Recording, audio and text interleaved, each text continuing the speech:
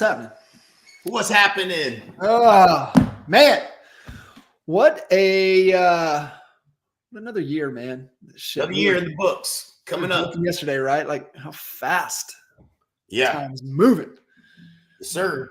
It's moving, man. Well, welcome everybody, man. Thank you guys jumping in here with us to another episode of Expert Mentors Live. 243, 242, somewhere in there. Crazy. Bananas. Just 6 years. A little over 6 years of Expert Mentors Live, man. Yeah. If you haven't gone back and listened to episodes, there's so much good content here that you've been doing, John. Super proud of what you've been doing and adding value to Honey Badger Nation. And there's topics that anything and everything you could possibly imagine. So if you haven't watched them, go back and watch them. Look at that as you're looking at what you're planning on doing, and find the episodes where you can extract the goodies out of and take them and put them into place for yourself in 2024. Yeah, absolutely, man. There's just so many nuggets, and wherever you want to build that foundation and what, avenue you want to run down. And, it's not like, that's some old school stuff that won't work in this market or this climate. The things that are shared across this series, this Expert Mentor series, are timeless.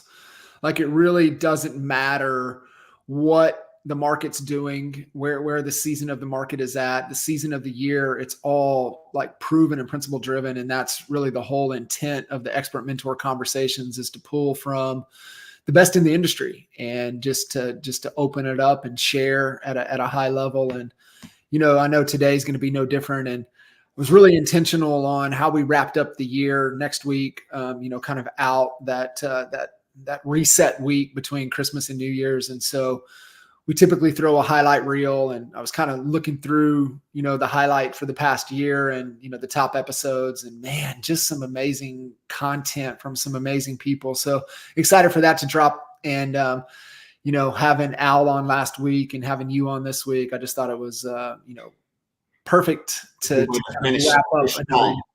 Finish strong. So, jumping into today and talking about really the secrets, if you will, really no secrets, but right.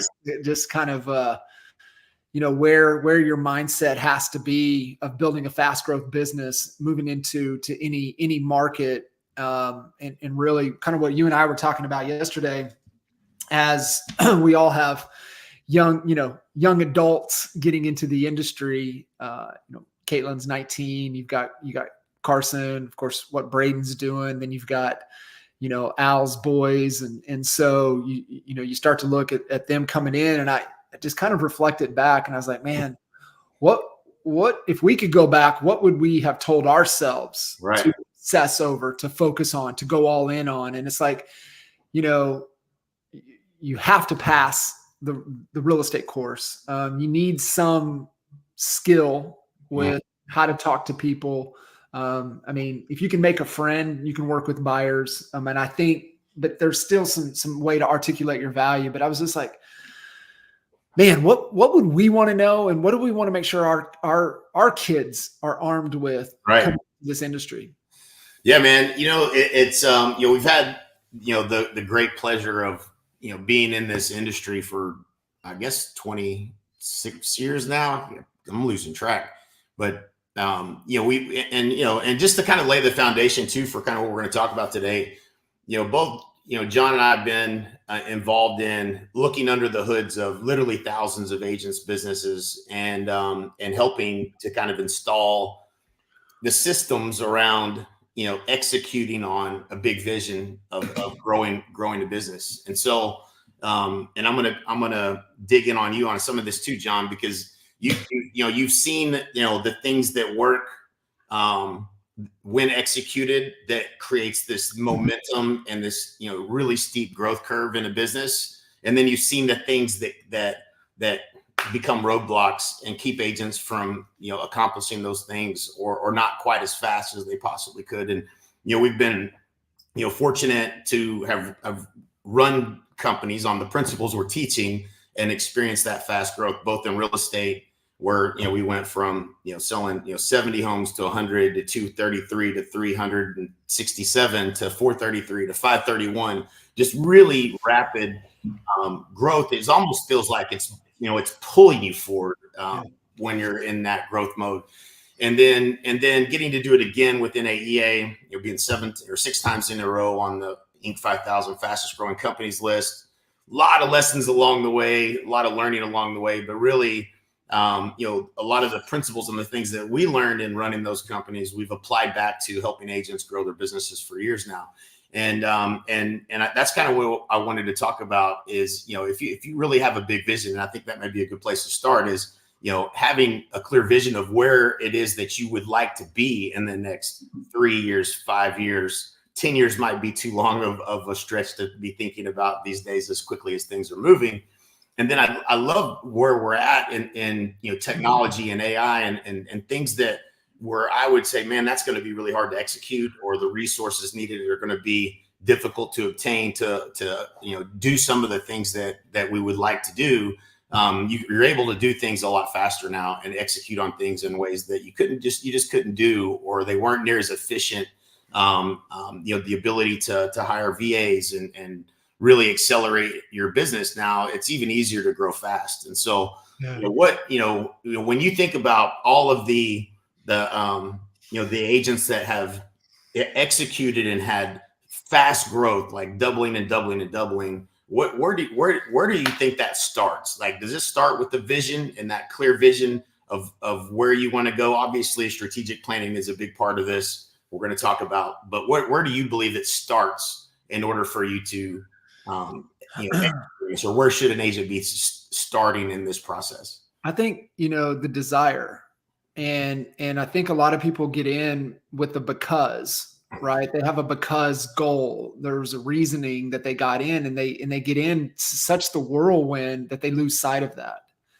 And, you either have a process or a system. And that's why we talk about 90-day strategic planning, because and you get it in the calendar, because that you get sucked into the whirlwind. And if you don't have a trigger in the calendar to force you to step back, then you're going to be 6 months, 12 months, 18 months, 24 months in the whirlwind. And next thing you know, you wake up and you're like, man, I'm miserable. And I mean, we did that. Mm-hmm. And it's like, you can stress yourself so far. And we did that. We stressed ourselves to top 10 in the world. We stressed ourselves to 20% market share. We stressed our ways there. But then you look at the ripple effects of that and where we were at with our relationships, where we were at with our health. And it was just like, you lose sight of that and lose sight of the whole because and really what it is that we're trying to do. And I think a lot of agents get in for whatever if they're intentionally getting in. A lot of agents get in by default, but or they're born in it, right? Like you grew up in it. It was just kind of like, hey, this is be a part of this world. Same thing with Blake, right? Like Blake grew up in it. I came in by default. It was just kind of a default. Hey, I'm here. Might as well. Let's get licensed. We want everybody licensed. And so I think you get in and you get caught up in it and then you fight for survival, and then you get past survival and then status, man, I got to be here. I got to have this house. I got to have this car. I got to look like this. My signs. I mean, it's just got to be status. And then it's like, okay, well, let's get out of status. I mean, I think it's kind of old, right? Keeping up with the Joneses. And then it's like, all right, let's get to freedom. And then, beyond freedom is then what, right? Which is then ultimately, we know the next step is legacy.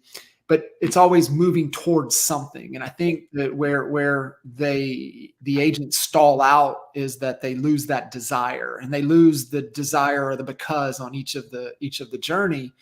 But then at that point, because it comes down to discipline.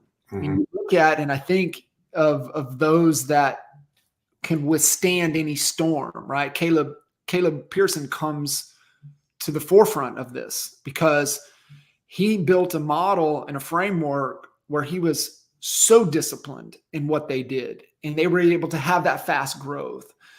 And everybody that I look back at over, just on the coaching side, not pre-coaching and all the other conversations that we had and people flying into the office, but it was the discipline And then the next step was to just trust the process. Mm-hmm.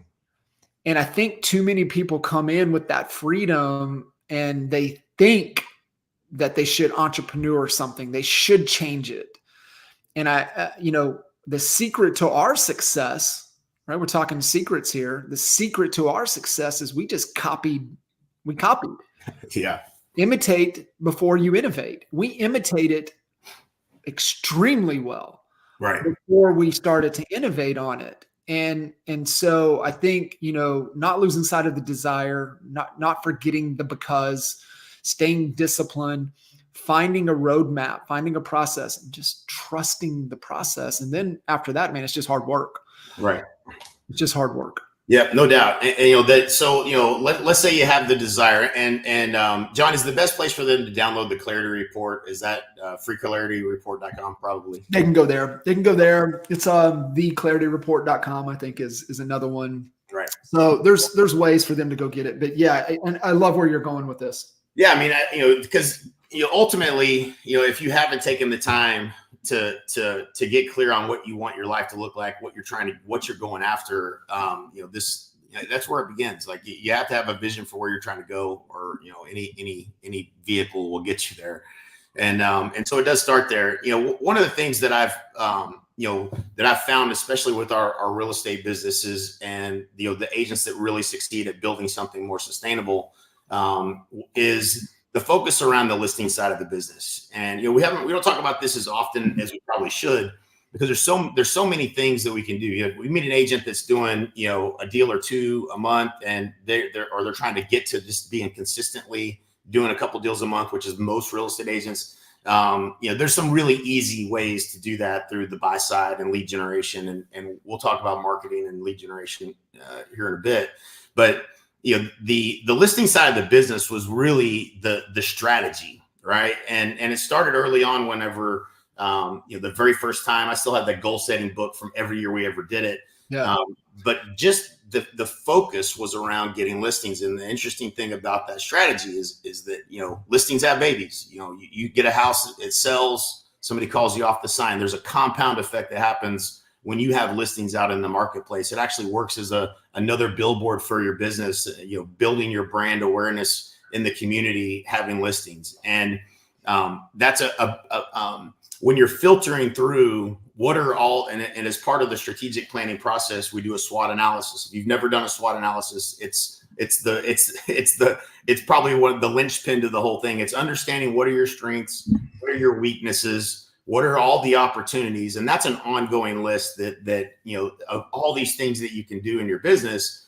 And then, what are the threats? What are the things that could happen to us that could change things? The 2x4s that could really, that we don't necessarily have, a lot of control over, but the threats that could keep you from accomplishing your goals. Just having that awareness around that. And so, especially now with, as we went through this process recently, one of the big threats is, what happens with NAR and what happens with these lawsuits and, how our commissions are paid. I don't think things are going to vastly change dramatically over that, but it is a threat, right? And so you have to be aware of that. So in looking at all of those things, your strengths, weaknesses, opportunities, threats, you see, okay, well, I could choose this thing that might help me get more buyer deals or whatever. But if that's a threat, maybe I should consider focusing on, something that's going to help me get more listings. Right. And so as you're looking at all the opportunities and deciding what's the thing that's going to give you the most potential growth, the listing side of the business was always where we focused. And, the buy side always took care of itself. I mean, generally speaking, we were always doing 50% of the buy side on the buy side, 50% on the listing side. I think we got it to 70% on the list side at one point. But the buy side typically takes care of itself. If you have listings, you're promoting listings, you're going to get buyers. That stuff really almost happens naturally if you're focused on getting listings. And so, again, I think a lot of agents struggle with this, but I had an agent that was brand new getting licensed the other day that was asking me about, whether they should go after expired listings. I was like, absolutely, you should. It's the only, no cost lead generation strategy for sellers. It's the only one. Like, well, FSBOs and expires. And so, and you look and explain to them, those two lead sources, even more important, why that's important. Well, I mean, if we're going to try to, well, first of all, you can develop your skills working with FSBOs and expires. Like if you don't have the ability to articulate a value proposition, a reason why someone should hire you versus hiring someone else, you should never spend money in marketing, because you're going to have a problem with conversion. And it's an opportunity where every single day there's new FSBOs, there's new expires. It is always, they're always going to be there, good market and bad. And it can create cash flow for you, right? Like that's a big key to this, to a lot of agent success. They're not, they don't have a huge war chest of money. And so, developing those skills. I remember going on those appointments and, getting my ass handed to me quite a few times, and learning as I was going, having, these appointments. First of all, it was, what do I say on the phone? How do I get past that first objection when they're all pissed off, and get to, setting an appointment. And then it's when you're face to face, it's, how to befriend them, and that whole process of, establishing your authority. All this stuff, by the way, we teach in all of our NAEA courses, the certifications. You guys all have access to that. And so it's a key component to, developing what is your value proposition. So like you talk about this a couple times at Kitchen Table. It's traffic, conversion, and fulfillment. Those are, you have a problem in one of those three areas. And for most agents, it's going to be traffic and conversion. That's the skills that you need to develop. You should be working on that every single day. You should know your scripts and dialogues, know what you're going to say. And that, if you have those skills, then it's traffic. It's just you need more at bats. You need more people to talk to. And that can be done through any number of different ways. ISAs, if you're not making calls, or you're not making calls like you should be, the return on labor dollar. And I'm curious what you think the number. I love where you're going here. Yeah. So there's really a couple ways. When I look at what an agent, and as a coach, when we talk to agents about their strengths and their weaknesses, and some people aren't going to make calls. They just don't want to make those calls. That's the last thing they want to do. Okay, well, there's other things we can do. We can do marketing. We can do other ways to generate leads, but there's essentially only two ways to grow your business in real estate. And that is, one is through prospecting. The other is through marketing. And, and when an agent understands that, when you look at all the most successful agents in your marketplace and you say, well, I know I'm a better real estate agent than this agent, but they're still closing more deals than me. It's generally because they've learned something about marketing. They understand that they can trade a handful of pennies and get back dollars, and you can do it over and over and over again. That skill set of learning how to be a great marketer. It's not the best real estate agent that wins; it's the best marketer.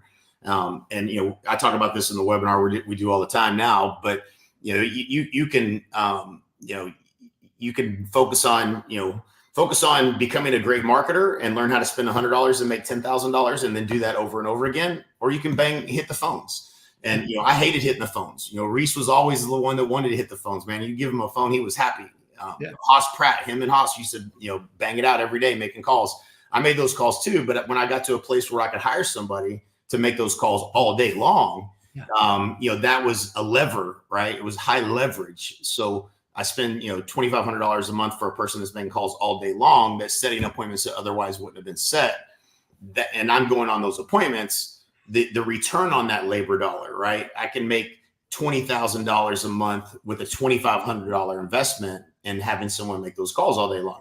That's high leverage, and you would never stop doing that. That's an oil well for your business. And at some point, if you're not making those calls, you're getting so busy that you're not making those calls. That is a key hire that we see that really propels the business to the next level. Really, in the 8 stages of business, it's usually that stage 3, 4 jump to 4, 5, right? And because it should create for you, 4 deals, 3 to minimum. If you got a really bad hire, probably 2 to 3, but really should be more like 4 deals to 5 deals a month consistently from that one hire. And so that's a huge leverage point in the business that, it's no different than if we were going to spend $2,500 on marketing, we would want to see a similar return on that. But that's a key component. I see it stage 3, later stage 3, stage 4 hire that needs to be made in order for an agent to make that jump to the next level. What it does is it gets you from, where you either were too busy or you just weren't doing it, making calls all day, every day, to being on more appointments face to face. And you know, we use this in the boot camp, the analogy of you know, my dentist office, right? Like when I used to go into the dentist office in Lawton, they had this long hallway, and there's two doors on either side, and you know, where you sit is right in the middle, and then right across the hall, right across the hall, right across the hall. There's like 8 or 10 of these down this one little hallway, and one doctor. And and you know, you'd hear him come in, and he'd be like, "Oh, hey, how's it going? How the kids?" Boom. Next thing you know, his hands are in your mouth. And you know, then you hear him down the hall, and every single one doing the same thing. And for a dentist, hands in mouth is where they make the most money per hour. Right. So when their hands are in your mouth, now they're not getting the tools ready. They didn't call and make sure I was going to show up for the appointment. They're not cleaning up the messes, man. They're in there, a little bit of small talk. Next thing you know, hands are in mouth. So a dentist can make the most amount of money when they can only be hands and mouth. And so it's an interesting analogy, because in real estate, it's when you're face to face with a client. And so, you know, what are all the things that you do on a daily basis? This comes down to something you said a minute ago, which is, you know, the discipline. And, you know, it comes down to some leverage that has to be created. But, you know, at first you have to be pig-headed disciplined about your own time and understanding what's valuable, having a plan for the day, laying out your calendar. I've never seen anybody become successful in real estate that doesn't plan their day, have, you know, the 5 things that, you know, we used to do, the, you know, top 1 of 5. What's the number 1 priority today? You talked about it at kitchen table last week. You know, writing down the number next to what's the value of me making this one phone call or this one task, getting these, and then getting those big rocks in the table or into your calendar, so that you're like, hey, these are all the high value dollar activities that I should be doing. And where are they showing up? Are they in my calendar? Do I have a plan for when I'm going to do those things? Then this awareness that you have around when you don't get those things done. Because, you know, I think one thing that agents a lot of times don't recognize is you're not going to get everything done today. It's never going to all get done. Ever. So you have to be okay with, well, did I get the right shit done? Right? Did I get the most important things done? And sometimes we go home defeated, feeling like the day was handing me my ass, instead of, man, I did the best that I could do, given the plan that I had, got taken off task, and, you know, for any number of different reasons. But now you have an awareness around what's keeping you from doing the things that you know are the most important things. Yeah. And then you can start to create, you know, some clarity around, okay, this has got to stop. Like, if I've got to do all the closing management and take care of all the problems when we put out all the fires, I'm never going to be able to do all the things that are the highest dollar productive. Those are things that I don't necessarily change the outcome in. You know, and I think that's the framework of how to think about things, that whether you should delegate or not, is, do I change the outcome? Do I really change the outcome? Because sometimes we do think we change the outcome and we can train someone. You know, it's like, you know, if you don't have a process you can explain, then you don't have a process. So if there's a process that can be taught to someone, then that's probably 15, 20 an hour work that someone else can do, and probably do it better than you, and create a better experience for your client, because they don't have to wait for you to get back off appointments to handle, you know, problems, that kind of thing. So there's a lot of leverage that has to be created. But I think for me, anyways, it wasn't until I became pig-headed disciplined about my own time, and really started making sure that I was doing the things that were the highest dollar value for my time. Yeah, it's so spot on. And you know, talking about, you know, clarity, and then executing on a plan, the SWOT creates clarity, right? Because it helps you identify, you know, what you're really good at, where you know, you're vulnerable, where the weaknesses are, where are the real opportunities, and where are those threats. And you do that for your business, but you also do it individually. And then if you have team members, you have them do that, right? So because it's the best exercise that creates clarity. Mm-hmm. And yeah, no doubt. And being able to get into that, and then, you know, where that goes is that to grow, we've got to maximize the return on our time. Mm. And so you start to look at that, and number one is always leadership. And it's even the self-leadership, the leading yourself. That goes back to the discipline. That goes back to, you know, playing to your strengths, leveraging your weaknesses, pursuing your opportunities, hedging against the threats. But you have to do the math. And, you know, if you don't value your time, then you will let it slip away and you'll waste it. But if you really value your time, and you have a monetary target that you're trying to hit, either to, you know, beyond survival. You're looking to grow. You're looking to better your status. You're looking to, help relieve some pressure for a family member or a significant other, like whatever that reasoning is, that you have this vehicle to where, creating value in exchange for money. You got to know what your dollar per hour value is. And so you look at, hey, I want to make 250,000 this year. Great. If you did 52 weeks, 40 hours a week, but then you back out and say, probably let's say 50 hours a week. Let's just say 2,000 hours. So divide that, and then what is your dollar per hour worth?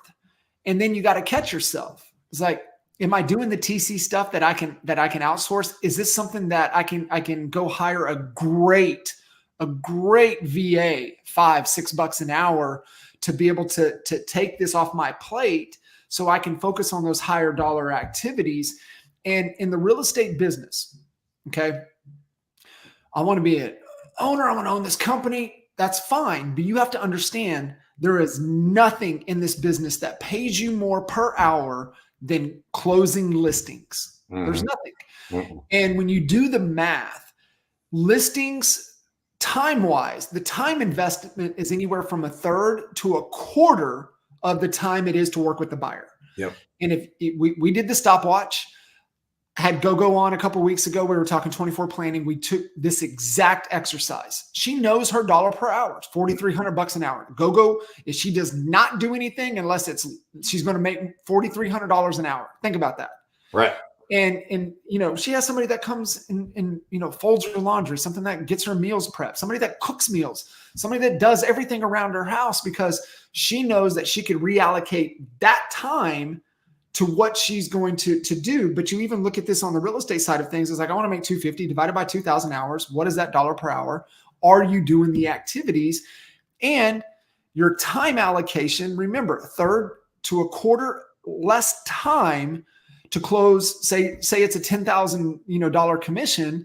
Let's say it's a third, right? You're going to make $3,000 versus per hour versus, 3-4 times that per hour. So it's just being able to understand the math and the allocation of your time. Like, that's part of clarity. So, like you said, where I need to allocate my time. I'm doing my number one thing that I've got to do today. I've got the 5 things that I'm trying to make progress on. I'm either doing or I'm delegating. And that way, at the end of the day, man, I did my thing, man. I won the day. Because guess what? That list is going to keep growing tomorrow. And that list is going to grow again tomorrow. Then that list is going to keep growing the day after that. That's it. That's that list right there. Never stops. I got it right here. Ongoing list. Never stops. Yeah. It's so funny too, because it's like, these are, they're little hacks to, if you don't have a list of all the things that you have that you're working on that need to be done and followed up with and get allocated into the calendar or off your plate, it's going to start with that. Like, how can you have to feel overwhelmed if you're not doing this. Like, it's impossible, I think, to really understand, where your time needs to be spent.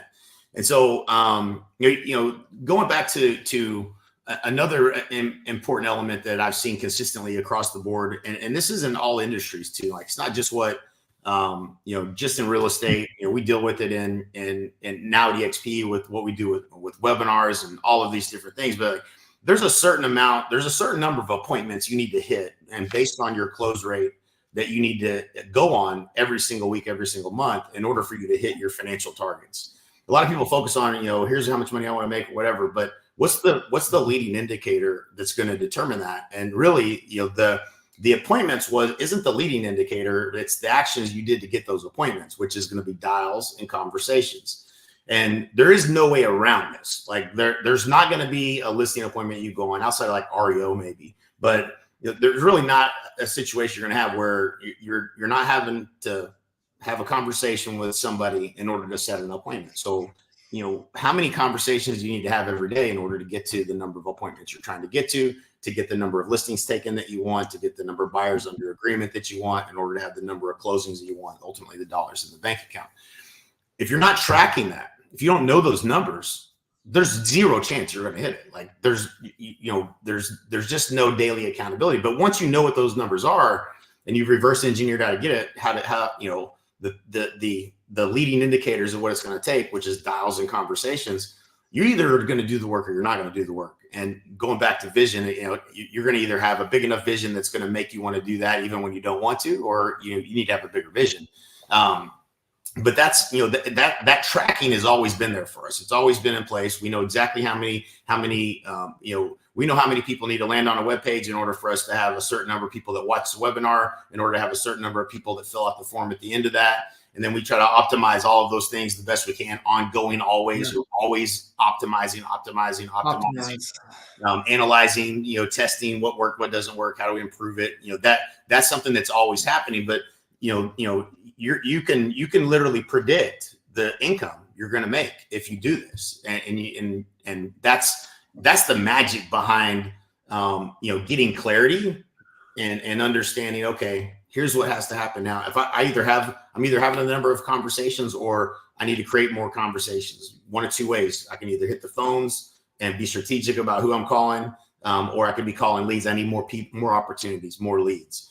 And so, you know, let's talk a little bit about lead generation. And, you know, there's so many shitty lead generators out there, like so many really bad products. And, you know, I see it, you know, anybody's been paying attention, they've seen, you know, my ads on Instagram and Facebook for the webinar we're doing on lead generation. And, you know, there's always the, you know, it's funny, you know, in the comments, there's always I call them keyboard warriors. You know, they're hiding behind no profile pic. Yeah. They're just talking shit on every post. Like everyone they come across, oh, fuck that guy. You don't know what he's talking about. Yeah. Like, you know, there's a lot. Don't be that person. Like for like, you know, that's the to me, it's like that's the lowest level of human consciousness, human being. You know what I'm saying? Like they're probably living the most miserable life of all of us. But you know, there's people that just assume things don't work because maybe they've had bad experiences in the past, and then there's people that actually know what they're doing. They can teach you how to do it. And I'm one of those people, by the way, that I can actually help. But you know, you have to learn the skill of marketing. You have to own that. It's not something you want to delegate to Realtor.com or Zillow or your broker that's giving you deals. You want to be in control of it, because then you can control it. You can turn it up, you can turn it down. And, you know, that's one of the things that, you know, that I've seen, even when there's a little bit of lack of ambition. Like if you give people enough opportunities, they'll get lucky, and then their confidence starts to build, right? Like, hey, I put that deal under contract. That came from one of those leads that I called. That I never call my leads, but I called that one and they actually said yes. And so, right. And so that there's a little bit of confidence that builds over time. And now you're like, okay, well, if I could do that, you know, once a month, or what if I could do it twice a month? And that belief starts to build, your confidence starts to build. And I think that's a key component for people who get stuck, you know, and not predictable, not consistent business is, you know, they're not, you know, whether they're scared to make those calls, scared to go, you know, get face to face and get a door. I love it when somebody hangs up the phone on me, or when somebody slams the door in my face. It's like, to me, it's like, all right, well, that didn't work. We got to try something different next time. But, you know, in developing those skills along the way. But once you have that little taste of success, you know, you know, the math starts to immediately kind of work itself out in your head. You're like, shit, I just got to do this once a week. Like if I did this once a week, my life would change. Right. And that's, you know, that I think that at some point, you know, the people that I've seen become successful, I mean, Chet, you know, Chris Waters is a great example, #1 agent in Austin, Texas. You know, he hated making calls, like fucking hated it, like did not want to do it. But I made him make the calls, and, you know, he reluctantly did. And sure enough, got to the results. And, you know, at that, once you have the result, you're not going to not make the calls. You're like, this is the most dollar productive thing I've ever done. Like I'm going to make these calls happily now all the time. But at first, because of the lack of confidence and, you know, the lack of, you know, just wanting, you know, the fear of rejection and, you know, all of those things that go on in everybody's head, I think, will keep you from doing those things that are necessary for you to gain those skills and gain the confidence that, you know, that, hey, this is actually something that works. Now, I've still never talked to an agent once that told me if they had more leads, they wouldn't sell more houses. Not one. I've never had anybody say, well, no, I don't think so. If I had more leads, I wouldn't sell more houses. And so, you really, your biggest problem for most agents is you're just not investing enough in lead generation. You're not having enough conversations, which is why you don't have enough appointments, which you don't have enough deals. And so, that component is, and there's so many ways to do it these days. And, Facebook's working great for us. I think it's the lowest cost, highest return on investment. You can, if anybody who hasn't watched the webinar that we do on this, we teach the strategy in detail. You can go to winbeforeyoustart.com, and it's like winbeforeyoustart.com. I think you have to put www in there for some reason, but www.winbeforeyoustart.com. Watch the webinar and just understand, like, I'm teaching you principles on direct response marketing and some marketing angles that we use to target the right customer, right, in today's market. And then we're generating leads at $3 to $5 a lead. We're doing it all over the country. In fact, now we're doing it all over the country, and we've done it in Puerto Rico. We've done it in Portugal. We're doing it in Australia. It works everywhere.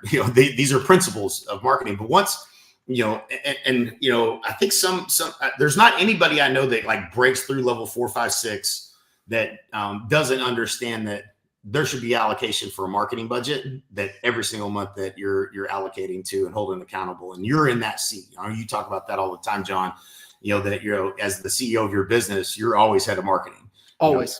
You can never let that go. Like at the end of the day, even if you have somebody in that seat that's helping you execute on it, at the end of the day, if you're head of company, it's on you, because you're responsible to give the direction, because marketing is strategy, right? And so right.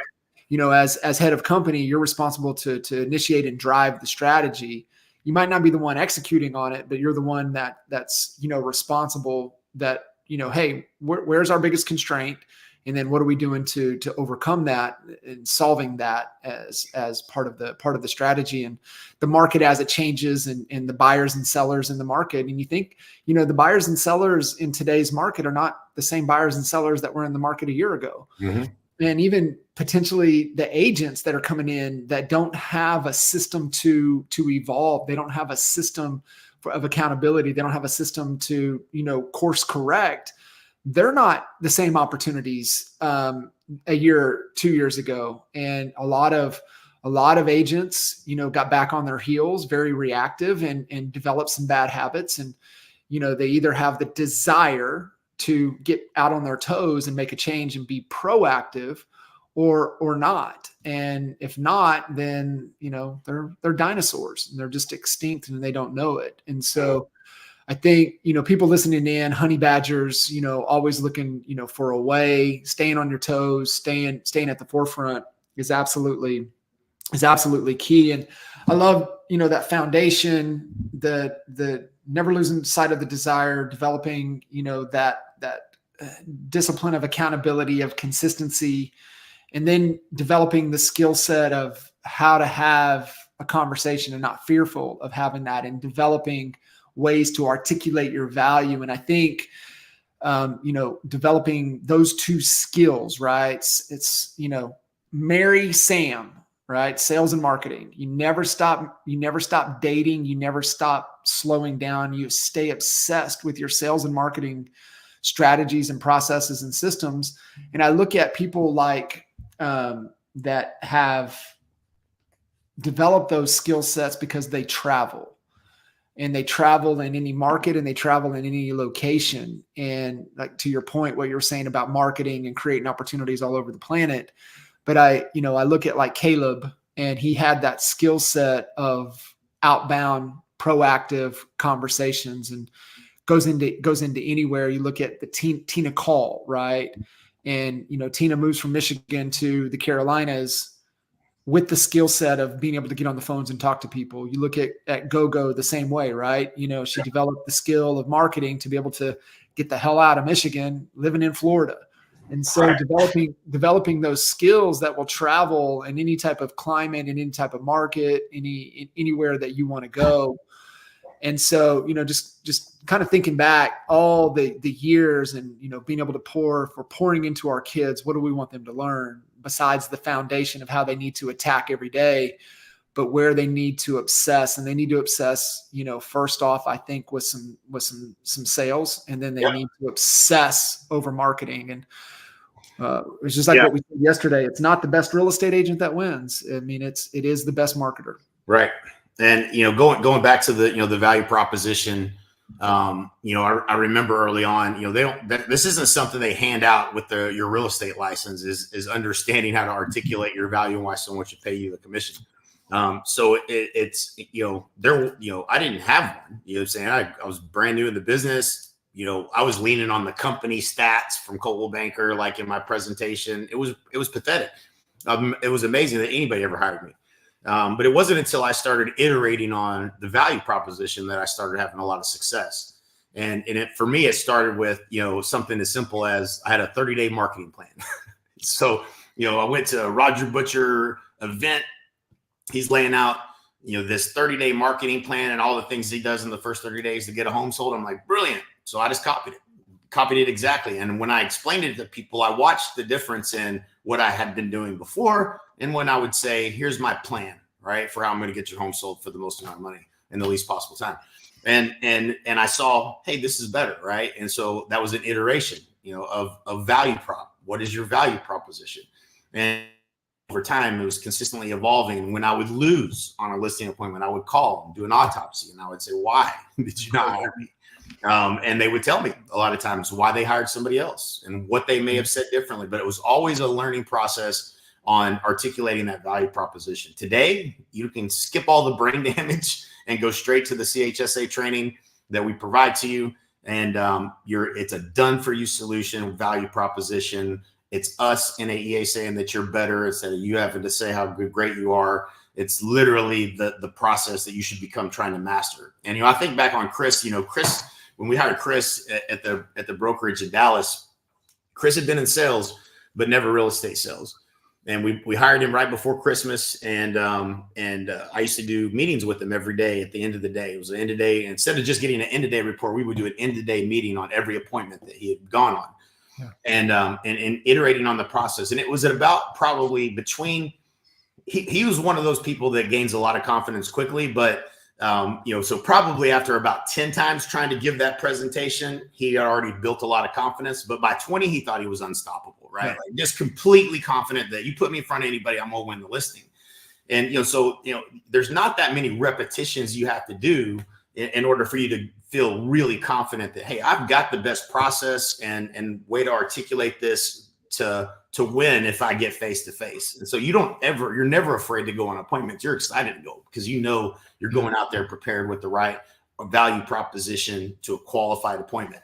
And so that I think that is a key component that if you don't feel like you have that confidence, that skill set, the ability to articulate your value, then that's got to be the focus. I mean, it should always be the focus. You're always improving upon your skills, and it travels. It goes with you anywhere. You drop me into a market anywhere in the world, I could call expires and set appointments today. So it's a skill set that'll pay you forever for a lifetime. And so big part of all the folks that we've seen have fast growth, they didn't waste any time getting face to face and getting those repetitions in and learning those skills. And so I think that's certainly a key component of it, and then, going back to marketing, there's a million ways to generate leads, but I think fundamentally people misunderstand marketing in a big way. We make a lot of money when we close a real estate transaction. We tend to spend money on a whole bunch of different things, but we don't really have the right expectations, is what Dan Kennedy would say, as to what the result we're after. And I've got this young kid, that came over to EXP. He's a hustler. He's doing probably 30 to 40 deals. He's making that jump this year to go to 70. And he's invested in marketing. But the thing that wasn't working was, marketing is all reach and frequency. And people tend to confuse this. They say, well, I tried direct mail and it didn't work. Right. Well, how many people did you mail and how often did you mail them? And almost every situation where I've analyzed somebody's marketing, what they're doing, if they're not getting results, there was not enough touches, not enough frequency. The amount of time someone needs to see your ad before they're going to think of you first when it's time to sell is 17 to 21 times. So if you're mailing someone even once a month, it's not enough repetition for you to start getting results anytime soon, whether it's direct mail, it's digital ads, whatever the marketing it is, billboards, any of these things, none of these mediums, it's all the same. It's reach and frequency. And if you start with a campaign where you hit them 13 times in 13 weeks, they're going to be a lot more likely to remember you at that point, and you're starting to get results a lot faster. So rather than go after a larger audience, going after a smaller audience, and we say, be the Incredible Hulk and jump up and down in a puddle. That's what you want to be. You start getting results faster. Your return on your investment happens faster. And ultimately, you gain the mind share of that consumer. And I'm talking listing side more than anything here. Direct response is a lot more difficult on the listing side than it is on the buy side. We'll run an ad today. We could build an ad for you today, and you could be talking to people in an hour and a half, on the buy side, just by offering, homes for sale, different marketing angles around that. So it's a lot easier to do that. A lot lower cost per lead, $3 to $5 per lead. And so it's easier to get some traction on the buy side, but the key to that fast growth is the compound effect of getting listings. You're going to get buyers anyways. You're going to close buyer deals anyways. It's going to happen. And so a big part of that, but understanding reach and frequency. And if you did something in marketing that didn't work, it's probably because there wasn't enough frequency in order for you to become top of mind. And I see that all the time. As soon as you get that piece right, you start getting results faster. I've seen it in every medium that we've ever tested across the board. In fact, we've even gone back and made these mistakes before where we think, hey, let's send out the shock and awe box, right? Like we sent out $14,000 worth of shock and awe boxes with the, trackable link on, for the website, trackable phone number on there, send it out to, I can't remember what the number was, number of people that we sent it out to. We got 0 phone calls from that first shock and awe box, not one fucking call. And so it just was, again, I hate relearning lessons, as but remembering it's not about, that one marketing piece. It's about frequency. Oh, how many times are they seeing you? Are you omnipresent? Are they getting something? By the way, you know what? One of my buddies showed me while we were at Riggs' soccer game this weekend. The drone, the Amazon drone coming into Newman Village and dropping off their package at their house for the first time. It reminded me of the first time I got into Uber. You know what I mean? I remember getting into Uber. I was like, this shit is amazing. What, you got water and mints for me too? Like, yeah, I don't have to stand in line to rent a car. Right. And I was in Scottsdale, Arizona is where it was the first time I got into Uber.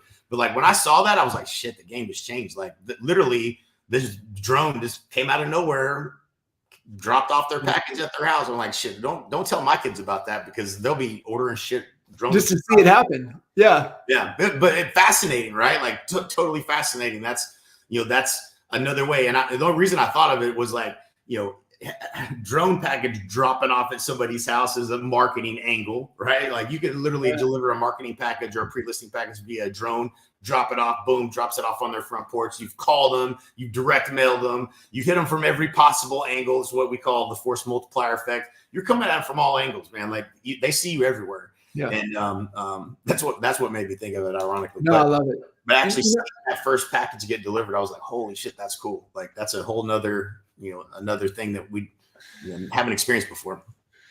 Yeah, it really is. And, those things like get their attention, which ultimately leads to a conversation.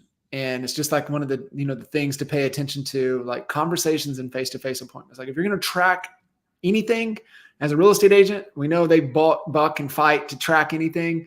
Just tracking, what am I doing to have enough conversations? And am I having enough conversations to get me face-to-face? Because I know I need to be face-to-face with X number of people to close X number of deals to hit my financial targets. That way I can have the money to continue to reinvest, to continue to grow.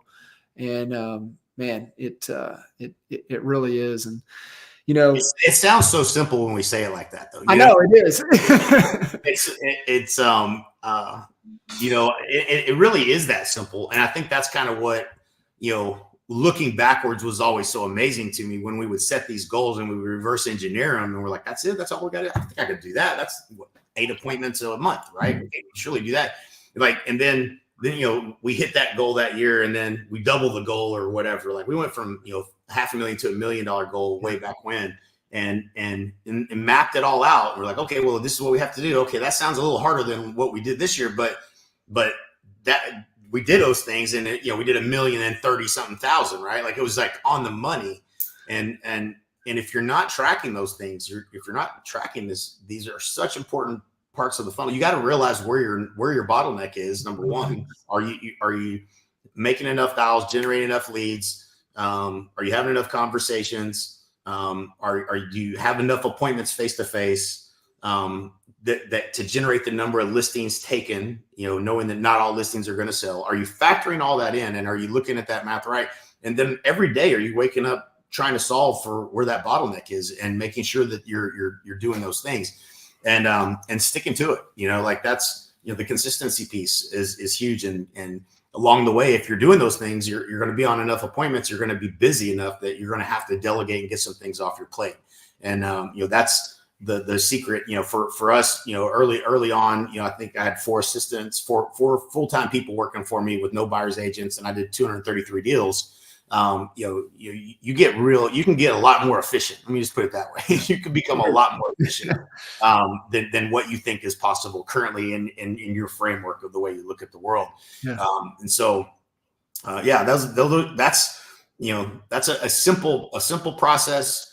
And it's not about whether you know it or don't know it. It's about whether you're doing it. Like that's the curse of knowledge. Well, yeah, I've heard this before. Yeah, I know this, but are you living it? Are you living it? Show me your calendar. I'll tell you your future.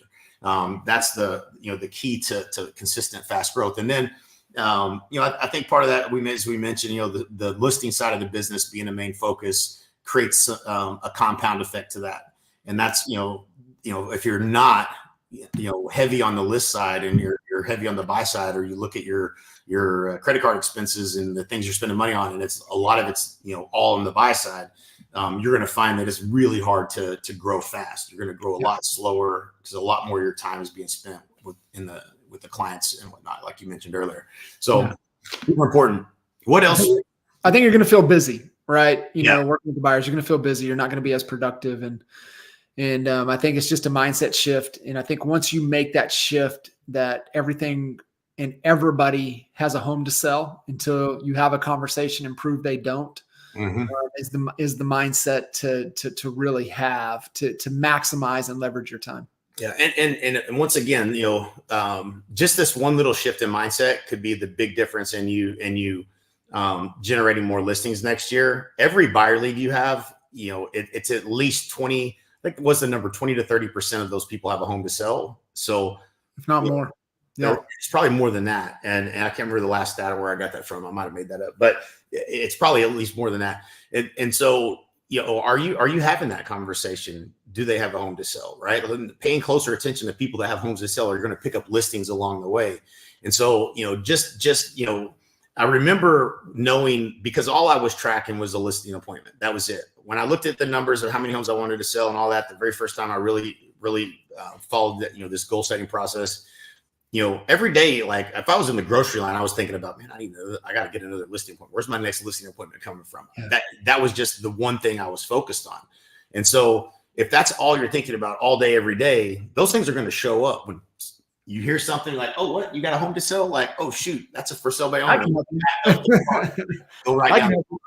Right. Like your focus is so individual on the one thing. Right, like the critical number, as we used with Vern Harnish's process and the one-page strategic plan. That critical number was listing appointments. Like if you're hitting that number, everything else takes care of itself. And so, I think that's the right strategy because of the compounding effect that listings can have on your business. I mean, if they sell and buy, people see your signs, they call you and list a house. If they're getting divorced, 2 people got to buy another house. Like there's so many benefits from the listing side of the business. And I think that, strategically it's the right way to go. So if you're not thinking about that this year, that's, this would be my recommendation on how to do that. Go download the Clarity Report, theclarityreport.com, and go through that process and get clear. It's not too late. It's almost the end of the year, but get a plan in place, track your numbers daily, be pig-headed disciplined about your time and what it's worth, and know what your value is, and get things off your plate that are not dollar productive. And then start, either know that you're going to make calls and you're going to make dials, or look at ways that you can start having more conversations daily and where those lead sources coming from, and become a marketer, become a better marketer, get more opportunities, more at bats, And the rest, mathematically, you're gonna win. Like, I mean, you can spend $300 and make 10 grand. Are you kidding me? What other industry can you do this in? You can't. It's impossible. Like if we were selling cars, you got to buy the car at 10,000, sell it at a certain price above 10,000. You got to pay for your car lot. Like no other business opportunity is like real estate and has the upside because of the margin is so high in real estate. Yeah. It's all margin, service business. So it's a great business. And the opportunity is there for you. You just have to follow the process we're teaching you, and you can have the same experience that many other agents have as well. So good, cuz I knew this was gonna be fire, and exactly what this entire Expert Mentors series has been for the previous 242 and the next 242 and beyond to come. So I know we'll do it again. You got it, man. Appreciate it, guys. Merry Christmas, happy holidays, happy New Year. Make sure you're doing the work, and we'll see you on the other side of the next New Year. See ya.